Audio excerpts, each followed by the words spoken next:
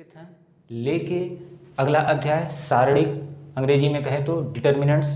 इसको पढ़ने में बहुत मज़ा आने वाला है, बहुत मज़ा, क्योंकि इससे पहले जो अपने तीसरा चैप्टर पढ़ा है आव्यू, उसमें हमने आपको बहुत सी चीज़ें समझाई हैं।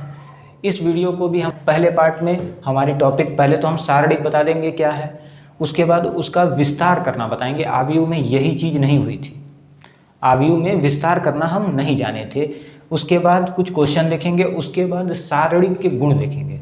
हाँ बच्चों, सारणिक जो है इसके पास बहुत सारे गुण हैं, ये बहुत ही गुणवान है। ठीक है, तो चलिए शुरू करते हैं। टॉपिक है मेरा पहला सारणिक। सारणिक है क्या, जानते क्या है? यह एक आव्यू का ही रूप है। सारणिक जो है एक आव्यू का ही रूप है, बस कंडीशन इतनी है कि सारणिक में सदैव रो की संख्या तथा कॉलम की संख्या सदैव और सदैव इक्वल होती है। इफ एंड ओनली इफ वाली कंडीशन आती है इसमें। और सारणिक सदैव आपका वर्गाकार होता है। आव्यू आपका वर्गाकार भी हो सकता था और आयताकार भी हो सकता था, लेकिन सारणिक केवल और केवल वर्ग आकार में ही होगा। यदि कहा जाए कोई सारणिक लिखे ABCD, तो अगर आप ध्यान दें तो इसमें 2 रो है तो 2 कॉलम्स भी हैं, दिख रहा है? तो मतलब पंक्तियों की संख्या तथा स्तंभों की संख्या सदैव समान होती है। सारणिक समझ गए क्या है? कोई दिक्कत नहीं हुई। पहला टॉपिक हमको बस ये क्लियर कराना था कि सारणिक क्या है। इसको 2 गुणे 2 का सारणिक कहते हैं, 2 गुणे 2 का सारणिक। अगर इसी को हम ऐसे लिख दें A1 B1 C1 A2 B2 C2 and A3 B3 and C3, तो इसे जो है हम 3×3 कोटि का सारणिक कहेंगे। इसमें कुछ बातें बच्चों हमने नहीं बताई, जैसे कोटि क्या है। कोटि वही जितने रो एंड कॉलम्स होंगे वही उसकी कोटि होती है। अब अवयवों की संख्या निकालनी है तो इनका आपस में मल्टीप्लिकेशन करा देते हैं तो अवयव की संख्या निकल जाती है। ये सारी बातें आपको पिछले चैप्टर में बताई जा चुकी हैं। नहीं पढ़े हैं तो भाग के जाइए, पढ़ के आइए, फिर यहाँ आइए। तो चलिए अब देखिए, गिनिए 9 अवयव हैं, 1 2 3 4 5 6 7 8 9। क्लियर हो गया? सारणिक के बारे में हमने जान लिया, सारणिक कैसा होता है ये भी जान लिया, और सारणिक पहचान भी लिए। अब देखिए सारणिक एक बहुत महत्वपूर्ण चीज़ आती है, सारणिक का विस्तार। सारणिक के विस्तार को बड़ा अच्छे से समझेंगे। #2 टॉपिक्स सारणिक का विस्तार। जैसे लाइक दैट हमारे पास कोई सारणिक है A11 A12, हमने 11 और 12 क्यों लिखा? ये पिछले चैप्टर में आपको बताया था कि ये पहले रो पहले कॉलम में है, ये पहले रो दूसरे कॉलम में है, A21 एंड A22। इसको द्वितीय कोटि का सारणिक भी कहते हैं। अंग्रेजी में इसको क्या कहेंगे ये भी हम बता दें। अंग्रेजी में कहते हैं एक्सपोनेंशन, EXOPEST, एक्सपोनेंशन ऑफ डिटर्मिनेंट्स। ठीक है, एक्सपोनेंशन ऑफ डिटर्मिनेंट। एक्सपोनेंशन का मतलब खोल देना होता है। अरे बहुत से बच्चे होंगे आप लोग, क्या होता है, किसी का इंजीनियरिंग में मन लगा होता है कि घर का कोनो सामान खराब हुआ तो सब खोल देते हैं। हाँ, तो वही उसको क्या कर देते हैं, एक्सपेंड कर देते हैं, एक्सप्लेनेशन कर देते हैं। तो वही चीज़ हम कहने चाह रहे थे कि एक्सप्लेनेशन, इसको जब इस तरह का जो सारणिक मिलेगा इसको हम कहेंगे द्वितीय कोटि का प्रसार। इसे ही मान ज्ञात करना भी कहते हैं, मान ज्ञात करना। दोनों बातें हैं, एग्जाम में किसी तरह से भी पूछ सकता है। हो सकता है कहे कि आप प्रसार कीजिए, हो सकता है कि कहे आप मान ज्ञात कीजिए। तो इस तरह का प्रसार तो बड़ा आसान था बच्चों। पहले ऊपर से नीचे गुणा करा लेते थे, A11 इंटू A22, फिर माइनस का चिन्ह लगाया जाता था और नीचे से ऊपर गुणा कराते थे। A21 का A12 में गुणा करा दिए। अच्छा, बड़ा बच्चे पूछते हैं कि सर माइनस वाला चिन्ह कहाँ से आ गया? तो बच्चों ये एक अलग टॉपिक है, ठीक है। वो कैसे आया, ये ज्यामिति का ही एक रूप होता है सारणिक, उसी वजह से आता है। लेकिन अभी बस आप इतना जान लीजिए बड़ा आम बोलचाल की भाषा में कि फिजिक्स वाले सर आपको बता रहे होंगे कि जब कोई चीज़ ऊपर से नीचे गिरती है ऐसे, तो तुरंत हाथ में आ जाती है। मतलब क्या, इस पर कोई फोर्स लगाना पड़ता है? नहीं लगाना पड़ता है, अपने आप पे चलाता है नीचे। धरती माता उसको अपने, इतना प्रेम है धरती माता को कि वो खींच लेती हैं। आपको भी खींच के रखी हुई है, नहीं तो आप उधिया नहीं जाते, उधिया चले जाएंगे आसमान में। तो चलिए देखिए, लेकिन क्या है कि जब हमको इसको ऊपर ढकेलना हो, मतलब ऊपर ले जाना हो, तो हमको फोर्स लगाना पड़ रहा है, हमको अपने हाथ से काम करना पड़ रहा है। 2 रोटी खाए तो उसका भी काम करना पड़ रहा है। देखिए एनर्जी वेस्ट हो रही है।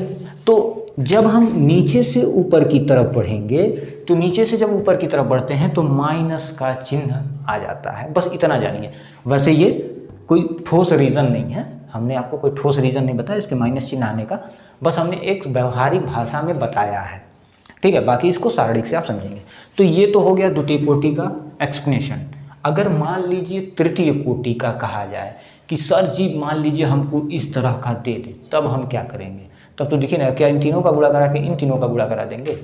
नहीं, अगर इन तीनों का गुणा करा के इन तीनों का करा देंगे तो सबसे पहले ये तो कोलाइड हो गया, ओवरलैप हो गया, कॉमन हो गया। तो ये वाले भाई साहब लोग कहाँ जाएंगे? ये तो मुसीबत में आ जाएंगे।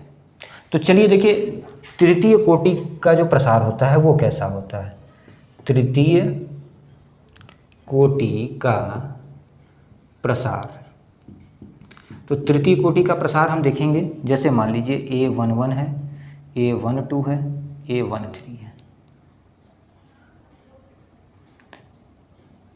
अच्छा, थोड़ा सा ऐसे लिख लीजिए, A11 B12 C13, फिर A21 A22 B22 और C23 and A31 B32 B33। ये हो गया। इसका देखिए, इसमें आपके पास ऑप्शन आ जाते हैं। ये R1 होता है आपका, ये R2 और ये R3, ऊपर से C1 C2 और C3, ये सारी चीज़ें होती हैं। अच्छा, सबसे पहली बात कि सारणी के विस्तार को प्रदर्शित भी किया जाता है। जैसे ध्यान देंगे, पहले हम इसको मिटा दें, उसके बाद आगे समझाते हैं आपको। तो आइए बच्चों, हम तृतीय कोटि के प्रसार के बारे में आपसे बात कर रहे थे और हम बता भी रहे थे कि इसमें आपको ऑप्शन मिलेंगे R1, R2 and R3, C1, C2 and C3। तो ध्यान देने वाली बात ये रहेगी कि इसमें किसी एक के अनुसार हम प्रसार करेंगे। एक के अनुसार हम बताते हैं, बाकी के अनुसार आपको अपने आप कर लेंगे। तो चलिए 2 के अनुसार बता देंगे भाई, काहे परेशान है। R1 के अनुसार, इसमें बहुत सी बातें हम आपको भी बता देंगे कि करना क्या है। अब R1 के अनुसार जब हम प्रसार करेंगे तो R1 आपका A11 B12 C13 ऐसा ही कुछ है। तो इसमें सबसे पहली बात चिन्हों का ध्यान रखेंगे, plus minus plus, minus plus minus, फिर प्लस माइनस प्लस, ठीक। अब देखिए, जब R1 के अनुसार प्रसार करेंगे तो पहला चिन्ह प्लस और पहला अवयव A11। अच्छा, जब इसके अनुसार प्रसार करना शुरू करते हैं तो R1 के अनुसार, तो जब पहले अवयव की बात करेंगे तो पहला रो तथा पहला कॉलम छोड़ने के बाद जो बच गए हमारे पास, देखिए जरा, तो जो बच गए उनको लिख लीजिए, B22 C23 and B32 C33, कुछ ऐसा बचा है। अच्छा, हम R1 के अनुसार चल रहे थे तो A11 के बाद B12 आएगा। चिन्ह किसका लगने वाला है भाई साहब? माइनस का, B12। चलिए, अब क्या, पहला रो तो छोड़ेंगे, अब दूसरा कॉलम छोड़िए। आपके पास बचा A21 C23, A31 C33। एक बड़ा बढ़िया सा फैक्ट आपको बता देंगे कि आपको भूलवा नहीं करेगा कि कहाँ क्या रखना है। अगला क्या है? प्लस, लास्ट C13 छोड़ दिए, पहला रो और तीसरा कॉलम। ये यही बताता है कि पहला रो छोड़ना है और तीसरा कॉलम छोड़ना है, लिख देते हैं। पहला रो छोड़ना है, ये बताता है। सेकंड वाली लाइन ये बताती है पहला कॉलम छोड़ना है। उसके बाद जो बच जाए लिख देना है। इसमें भी पहला रो दूसरा कॉलम छोड़ना है, इसमें पहला रो तीसरा कॉलम छोड़ना है। तो चलिए देखिए बच क्या गया, A21 B22 A31 B32। ये अभी हमने द्वितीय कोटि का तो बता रखा है आपको, कोई समस्या है? द्वितीय कोटि का हमने बता रखा है। तो चलिए देखिए A11 इसका इससे मल्टीप्लाई, B22 का मल्टीप्लाई C33 से, फिर माइनस लगाएंगे, B32 का मल्टीप्लाई C23 से। देखेंगे याद करने का तरीका भी अभी हम बताएंगे, घबराने की कोई ज़रूरत नहीं है। ये अगर सारणिक याद रहा ना तो बहुत आसानी से याद करने का तरीका।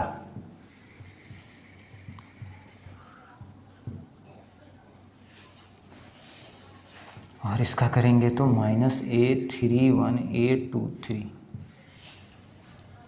कोई दिक्कत, हैरानी, परेशानी, घबराहट नहीं है।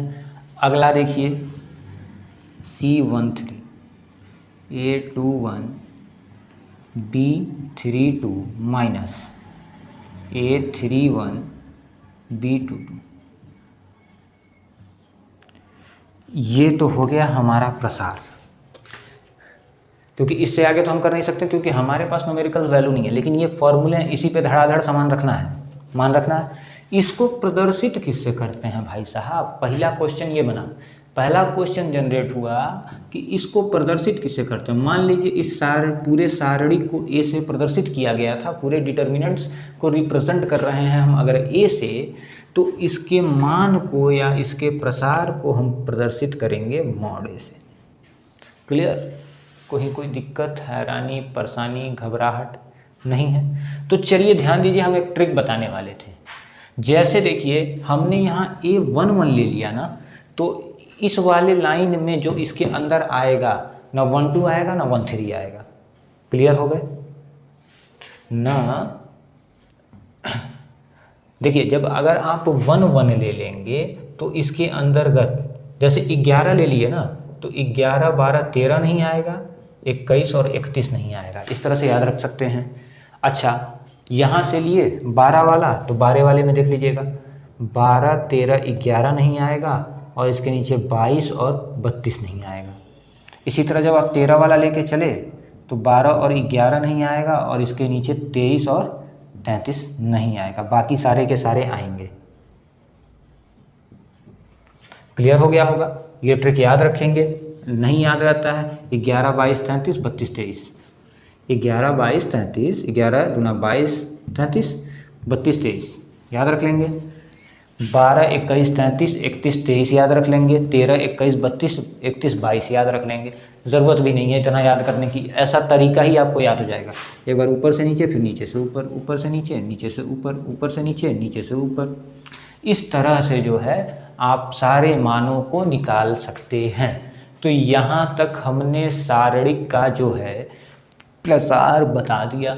अब सवाल भी कुछ देख लिए जाए, जहाँ दिया हो कि फलाने सारणिक का विस्तार करिए।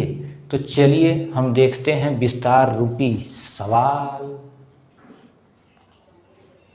तो आइए बच्चों देखते हैं सवाल। जैसा कि हमारा तीसरा टॉपिक लिखे थे कि हम आपको क्वेश्चन बताए थे, तो है स्टेप 3। पहला क्वेश्चन सीधा सा प्रसार करना है, प्रसार करो।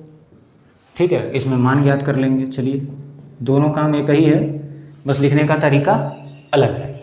तो हमने बताया था कि पहले लिखेंगे हल किसान वाला, 2 4 -5 -1। अब इसमें देखिए ऊपर से नीचे और नीचे से ऊपर चलना है, तो ऊपर से नीचे यानी 2 × 1। अच्छा पहली चीज़ ये माइनस का भी ध्यान देंगे, -1, और फिर चिन्ह लगाते हैं माइनस का, -5 × 4 ये आएगा। लाइन खींच लें, पार्टीशन। 2 1 कम, -2, माइनस माइनस प्लस हो गया, 5 × 20 हो गया। अब 20 में से हमको 2 क्या कर देना है, घटा देना है। 18 आंसर आ जाएगा। इस सारणिक का जो मान आया या प्रसार करने पे जो वैल्यू हमें फाइंड हुई वो 18 रही। तो आगे बढ़ते हैं। आगे देखिए बड़ा अच्छा सा प्यारा सा क्वेश्चन दे रहा है, डरने की तो ज़रूरत ही नहीं है, पढ़ रखे हैं आप, सब कुछ पढ़े हैं, कोई ऐसी चीज़ नहीं है जो आप नहीं पढ़े हैं। चलिए फिर से वही हल, सवाल लिख लेते हैं। Cos theta minus sine theta और कॉस थीटा। अब हमें करना क्या है, इधर से इधर उधर से उधर गुणा करना है। Cos theta into cos theta minus, फार्मूले में होता है, बताए थे जस्ट पीछे, तो माइनस साइन थीटा, अरे नीचे से ऊपर चलते हैं तो नीचे से फिर माइनस साइन थीटा। कॉस का कॉस में गुणा किए तो cos square theta, minus minus plus हो गया साइन स्क्वायर थीटा। अब जरा दोनों पे ध्यान देंगे, बात को समझेंगे, देखेंगे, जानेंगे, पहचानेंगे। बचपन में कभी आपको पढ़ाया गया था sine square theta plus cos square theta की वैल्यू जो आती है 1 आती है, तो आगे भाई साहब आंसर लिख दिए, किसी को कोई हैरानी परेशानी घबराहट नहीं। अगले क्वेश्चन पे चलें। देखिए अगला क्वेश्चन कितना शानदार क्वेश्चन है, मज़ेदार क्वेश्चन है, धमाकेदार क्वेश्चन है। सबसे पहली चीज़ कि एक सारणिक दिया है, दिखाया है कि 2a और दिखाइए कि 4 mod a इक्वल है। तो अब ये दोनों चीज़ें बताने की तो ज़रूरत पड़ेगी नहीं, क्योंकि हमने आपको पिछले चैप्टर में, या यूँ कहिए कि हमारे प्रीवियस वीडियो में जो ये सारी चीज़ें हमने बता रखी हैं आपको कि कैसे किसी अचर का किसी आव्यूह के साथ गुणा करते हैं। क्लियर है? तो देखिए इन दोनों में बस इतना सा अंतर यही है कि पहले इसका मान निकाल लेना है, फिर 4 से गुणा करना है, और इसमें कह रहा है पहले 2 से गुणा कर लीजिए फिर मान निकाल लीजिए। तो चलिए दोनों काम करते हैं। हल, पहले ये एक LHS था और एक RHS था, तो हम LHS वाला लेके चलेंगे भाई साहब। 2a का मॉड है, तो a का मान आपका था 1 2 4 2, अब सब में 2 का गुणा करा लीजिए, यही कह रहा है, इसके अलावा कुछ कह भी नहीं रहा है। ये 2a हो गया, निकालते चलिए जरा। 2 1 कम 2, 2 दूना 4, 8 और 4। हमें वैल्यू फाइंड करनी थी नीचे से ऊपर, ऊपर से नीचे। 2 इंटू 4 माइनस 8 इंटू 4, 8 32, माइनस कर लीजिए। माइनस करने पे आपकी वैल्यू जो आएगी वही जो है आंसर हो जाएगा। तो वैल्यू कितनी आएगी, -24 आ रही है। कोई दिक्कत है? सॉरी, ठीक है, 24 आएगी। चलिए अब RHS में चलते हैं। RHS की बात जब हम कर रहे हैं तो RHS में ध्यान देंगे, क्या लिखा है, 4 mod a, 4 into mod a। तो चलिए पहले mod a की तो वैल्यू निकाल लें, उसके बाद यहाँ इसका गुणा करा लेंगे। तो 4 इंटू mod a की जगह क्या लिखना है हमको, 1 2 4 2, 4, 1 into 2 minus 4 into 2, 4, 2 minus 8 is equal to 4 minus 6 minus 24। देखिए दोनों वैल्यू में कोई अंतर है नहीं है, तो लिख देंगे भाई साहब LHS is equal to RHS, hence proved. Clear हो गया? तो इस टाइप के क्वेश्चन आपको दिए जाएंगे। एक बहुत छोटी सी जानकारी हम आपको दे दें कि पूरे आव्यूह एंड सारणिक, मतलब मैट्रिक्स एंड डिटर्मिनेंट से मिला के आपसे 13 या 14 नंबर का पेपर में पूछा जाता है, और इस तरह का क्वेश्चन 1 से 2 नंबर से ज़्यादा नहीं पूछा जाता है, इसलिए कि बहुत आसान क्वेश्चन है, एक बार में लग जाएगा। तो बच्चों थोड़ा सा आप ध्यान दे के चलेंगे कि अगर एक स्टेप आपका सही है तो आगे के सारे स्टेप सही होंगे। इस बात को एकदम विशेष ध्यान देंगे, इसे निरंतर अभ्यास करिए। जितने क्वेश्चन मिलते हैं, ज़रूरी नहीं है कि आप NCERT की ही बुक लगाएं।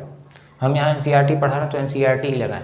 आप मनोहर रे लगाइए हैं, और भी RD शर्मा की बुक आती है, बहुत अच्छी बुक होती है, आप RD शर्मा प्रेफर करें, क्योंकि बच्चों आपको केवल एग्ज़ाम पास करने के लिए नहीं पढ़ना है। एग्ज़ाम पास करने के लिए हमें नहीं पढ़ना है, हमें अपने आप का एक लेवल सेट करने के लिए पढ़ना है। तो इसलिए आप अधिक से अधिक जो है क्वेश्चंस लगाएं, किताब के कंटेंट्स खोज खोज के लगाएं। क्लियर हो रही होगी बातें। चलिए, अब तो हमने द्वितीय कोटि के प्रसार या ये कहा जाए 2x2 का प्रसार देखा। एक या दो क्वेश्चन 3x3 पे भी देख लेते हैं। आइए इसको नोट कर लीजिए, देख लीजिए, स्क्रीनशॉट ले लीजिए। चलिए आइए बच्चों, 4.1 से ही एक 5वां क्वेश्चन देख लेते हैं, बड़ा प्यारा सा। कह रहा है यदि एक डिटर्मिनेंट्स आपका ऐसा हो तो मॉड ए का क्या करना है, हमें मान ज्ञात करना है। तो चलिए हल करते हैं। पहले तो क्वेश्चन लिख लिया जाता है, 1 1 -2 2 1 -3 5 4 -9। अब हमने आपको बता रखा है कि आपके पास ऑप्शन है। हमने R1 के अनुसार बताया था, आप R2 R3 C1 C2 C3 जिसके मर्जी उसके अनुसार आप प्रसार कर सकते हैं। क्लियर है। तो चलिए अपनी सुविधा के लिए R1 के अनुसार इसलिए करते हैं R1 के अनुसार क्योंकि प्लस माइनस की ज़्यादा दिक्कत नहीं होती है। बाकी आपको याद है तो आपके लिए सब माशाल्लाह। Mod a is equal to, हमने कहा था कि जब R1 के अनुसार करेंगे तो 1 पहला अवयव लिखेंगे, फिर ये रो और ये कॉलम छोड़ देंगे, तो जो बचेगा उसको लिख लेंगे। देख लीजिए भाई साहब क्या बच रहा है।